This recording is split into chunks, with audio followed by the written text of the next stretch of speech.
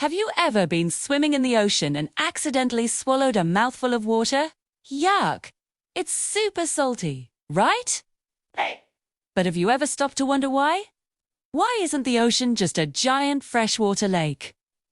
Well, the answer is a fascinating story that starts millions of years ago, and it involves rain, rocks, and even underwater volcanoes. First, let's talk about rain. When rain falls, it's not just pure water. As it passes through the air, it picks up carbon dioxide, which makes it slightly acidic. Think of it like a very, very weak soda. This acidic rainwater then falls onto the land and flows over rocks. Now, this is where the magic happens. The slightly acidic water is really good at dissolving things, so it starts to break down the rocks, releasing minerals and salts that have been locked inside for ages. These salts and minerals, mostly sodium and chloride, which you might know as table salt, are then carried by rivers and streams all the way to their final destination, the ocean. This process has been happening for billions of years, constantly feeding salt into the sea. You might be thinking, wait, if rivers are carrying salt, why aren't they salty too? Great question! Rivers do contain salt, but in such tiny amounts that you can't taste it.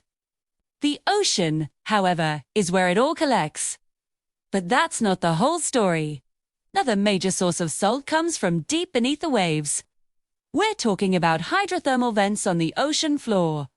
These are like underwater geysers, spewing out super hot mineral-rich water from inside the earth.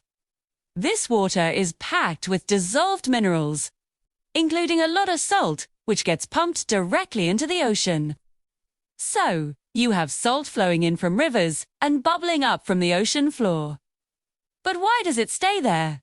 When water evaporates from the ocean's surface to form clouds, leaves the salt behind.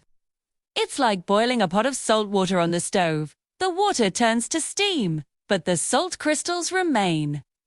Over millions and millions of years, this constant cycle of water evaporating and leaving salt behind has made the ocean saltier and saltier, reaching the concentration we know today.